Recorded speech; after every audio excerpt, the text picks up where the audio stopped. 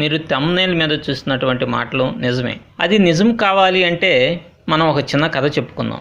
ఈ చిన్న కథే మీకు చాలా ఆదర్శప్రాయంగా ఉంటుంది. మీరు కొత్తగా ట్రేడింగ్ జీవితాన్ని ప్రారంభించడానికి ఉపయోగపడుతుంది. ఇప్పుడు మనం చెప్పుకోబోయే చిన్న కథ గందరగోళంలో ఉండి డబ్బు లాస్ అయ్యే ఇంట్రాడే ట్రేడర్స్ యొక్క ఆలోచన విధానాన్ని మార్చవచ్చేమో. అందుకే కథంతా పూర్తిగా వినండి. రామాపురం అనే పల్లెటూరులో రంగయ్య అనే రైతు ఉండేవాడు. అతను ఒకరోజు తన కుమారుడితో కలిసి తమ చెరకు పంట వేసిన పొలానికి వెళ్ళారు. అక్కడ రంగయ్య పంటను పరిశీలించి, ఒరే అబ్బాయి, ఈ చెరకు పంట పక్వానికి వచ్చింది, వెంటనే కోత కూపించి చక్కెర ఫ్యాక్టరీకి తరలించాలి. కాబట్టి ఈరోజే నువ్వు ఊరిలోకి వెళ్ళి కూలీలను మాట్లాడు, రేపొద్దున్నే పంట కొయ్యాలని గట్టిగా చెప్పు అని ఇద్దరు ఇంటికి వచ్చారు. అదే పొలంలో ఈ తండ్రి కొడుకులు మాట్లాడుకుంటున్నటువంటి మాటలు ఒక చిన్న గూడులో ఉన్న పిచ్చుక పిల్లలు విన్నాయి. ఆహారం కోసం బయటికి వెళ్ళిన తల్లి పిచ్చుక సాయంత్రానికి గూటికి చేరింది. తల్లి పిచ్చుక రావడంతోనే పిల్ల పిచ్చుకలు భయంతో, అమ్మా, రేపు ఉదయం చెరుకు తోట నరికివేస్తారంట, దీనితో మన గూడు కూడా చెదరిపోతుంది, మన ప్రాణాలు కూడా పోతాయి అని చెప్పాయి. దానికి తల్లి పిచ్చుక, పిల్లలు భయపడవద్దు, అసలు ఏం జరిగిందో చెప్పండి అంది.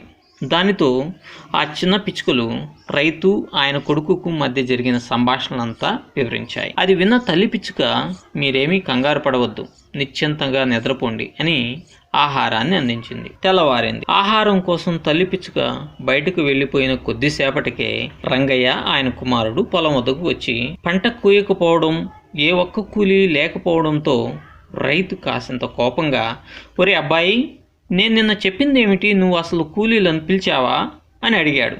దానికి కుమారుడు, పిలిచాను నాన్నగారు, వస్తామన్నారు, కానీ రాలేదు అని సమాధానం ఇచ్చాడు. దానితో రైతు, ఒరే అబ్బాయి, రేపు ఉదయం మనమే వచ్చి చెరకు తోటను కోసి షుగర్ ఫ్యాక్టరీకి పంపుదాం, నీవు పొద్దున్నే లేచి సిద్ధంగా ఉండు, ఈ లోపల నేను కొడవలు సిద్ధం చేస్తాను అని చెప్పి ఇద్దరు వెళ్ళిపోయారు. సాయంత్రం అయింది. తల్లి పిచ్చుక యథావిధిగా ఆహారంతో గూడు చేరింది. వెంటనే పిల్ల పిచ్చుకలు, అమ్మా, ఈరోజు నీవు ఆహారానికి వెళ్ళిన వెంటనే రైతు ఆయన కుమారుడు వచ్చారు అని జరిగిందంతా చెప్పాయి. దానితో తల్లి పిచ్చుక, పిల్లలు, ఇక ఎంత మాత్రం ఇక్కడ నివసించడం క్షేమం కాదు. ముందు రోజు రైతు తన పని కోసం ఇతరులపై ఆధారపడ్డాడు. ఇతరులపై ఆధారపడ్డ వ్యక్తులు పనులు సరిగా కొనసాగవు, నష్టం వాటిల్లవచ్చు. కానీ ఈరోజు వాళ్ళు ఎవరిపై నమ్మకం పెట్టుకోకుండా తమపై తామే నమ్మకం ఉంచారు. కాబట్టి ఖచ్చితంగా రేపు ఈ పంటను వారే కోసివేస్తారు. కాబట్టి సూర్యోదయం కాకముందే మీరందరూ నిద్రలేవండి, మనం ఈ ప్రదేశాన్ని ఖాళీ చేసి వెళ్దాం అని తల్లి పిచ్చుక తన బిడ్డలతో చెప్పింది. ఈ కథ ఖచ్చితంగా మన ట్రేడర్స్కు సూట్ అవుతుంది. ఎందుకంటే మన మీద నమ్మకం లేక ఎవరి మీదో ఆధారపడి ఏ ఎనలిస్టులను నమ్ముకొని టిప్స్ ఇచ్చే వాళ్ళను నమ్ముకుంటాం. వాళ్ళది పోయేదేముంది, టిప్స్కి డబ్బులు, వెబినార్లకి ఫీజులు వసూలు చేసి కోట్లు సంపాదిస్తారు. నష్టపోయేది మాత్రం మనమే. మరి టిప్స్కు డబ్బులు కడితే ఎప్పుడు మెసేజ్ వస్తాయా అని ఎదురు చూస్తూ ఫోన్ బీప్ శబ్దం వచ్చిందంటే చాలు ఉలిక్కి పట్టడం జరుగుతుంది. అందుకే మనం ఇతరులపై ఆధారపడే కంటే ఎడుదిరిగి స్టాక్ మార్కెట్లో సంపాదించాలి అని అనుకుంటున్నాం. కాబట్టి ఒక్క 6 నెలల పాటు స్టాక్ మార్కెట్ టెక్నికల్ నాలెడ్జ్ నేర్చుకోవడానికి ప్రయత్నించండి. ఎనలిస్టులకు టిప్స్ ఇచ్చే వాళ్ళను గుడ్డిగా నమ్ముతాం, కానీ మనల్ని మనం ఎందుకు నమ్ముకోకూడదు? ప్రయత్నిద్దాం, సక్సెస్ కావాలని కోరుకుందాం. మీ ట్రేడింగ్ జీవితానికి ఒక కొత్త అధ్యాయంతో ప్రారంభించండి.